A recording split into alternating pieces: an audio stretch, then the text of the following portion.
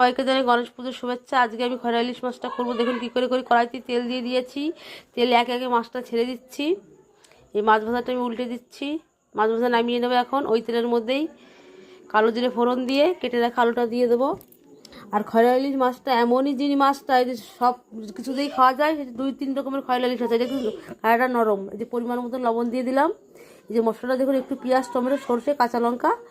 এই আলু ভাজা হয়ে গেছে। আলু ভাজার মধ্যে আমি এখন মশলাটা দিয়ে পরিমাণ মতো হলুদ দিয়ে নেড়ে চেড়ে নিচ্ছি।